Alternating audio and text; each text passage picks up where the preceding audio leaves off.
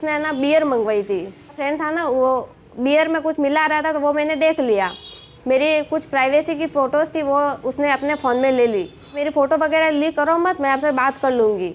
मेरी और सवई की मुलाकात 19 और 20 के बीच में हुई थी। मेरे से मिलने आता था जोधपुर में, 2-3 बार वो मेरे से मिलने भी आया था। आजा, मैं 1-1.5 लाख की मैं तेरे हेल्प कर दूंगा। मैं फिर तो मैंने वो बियर चेंज कर दी कि ये मेरे पास थोड़े बहुत गहने हैं, वो मैं गिरवी रख के फिर मैं तेरे को पैसे दे दूंगा। मैं फिर गुस्से गुस्से में फिर है ना, मैं वो गहने वगैरह लेके चली गई। फिर मेरा नाम विजय लक्ष्मी है।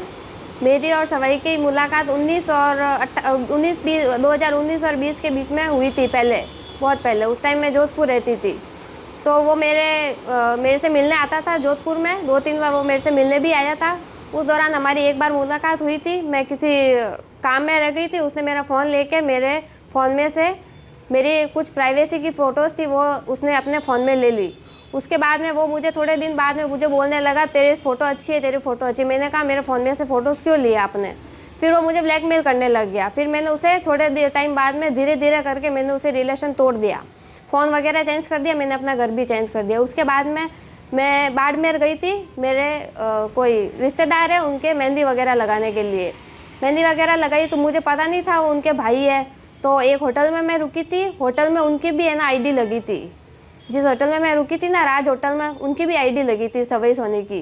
तो वो जानते नहीं थे कि मैं ही वो हूँ, और मुझे भी नहीं पता था कि वो यहाँ पे रहते हैं। मैं मेहंदी लगाने के लिए गई तो सवई ने होटल में से मेरे नंबर कहीं से भी ले लिए। उनको पता चल गया कि मैं आई हूँ। तो फ़ोन नंबर वगैरह लेके फिर वो वापस मुझे रिटर्न मैसेज करने लग गया। मैंने कहा, ठीक है, आप मेरी फ़ोटो वगैरह लीक करो मत, मैं आपसे बात कर लूँगी, पर मेरे को अभी है ना पैसों की ज़रूरत है, मुझे अपना पार्लर खोलना है। वो बोले, ठीक है, मेरे घर पे आजा, मैं 1-1.5 लाख की मैं तेरे हेल्प कर दूँगा। मैं फिर वापस उसके घर पे गई थी बाड़मेर मिलने के लिए। तो बाड़मेर मिलने गई, उसने है ना बियर मंगवाई थी, अपने फ्रेंड से बियर मंगवाई। उसके साथ में एक और फ्रेंड था सवई का। बियर मंगवा के, एक वो उसका फ्रेंड था ना, वो बियर में कुछ मिला रहा था तो वो मैंने देख लिया। मैंने कहा, क्या हुआ, ये मिला क्यों रहा है? ऐसे मैं सोच में पड़ गई।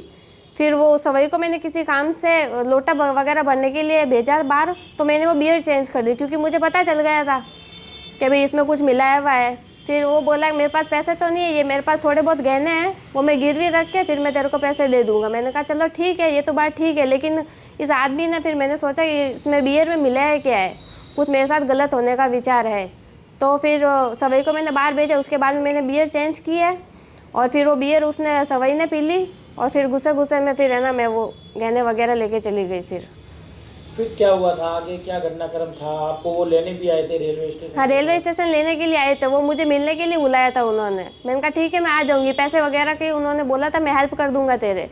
इस वजह से वो मेरे को लेने। मैं बाड़मेर जानती नहीं हूँ, मैं सेकंड टाइम ही आई हूँ बाड़मेर। एक तो मेहंदी लगाने के लिए आई थी, और दूसरी बार उन्होंने मेरे को मिलने के लिए बुलाया था।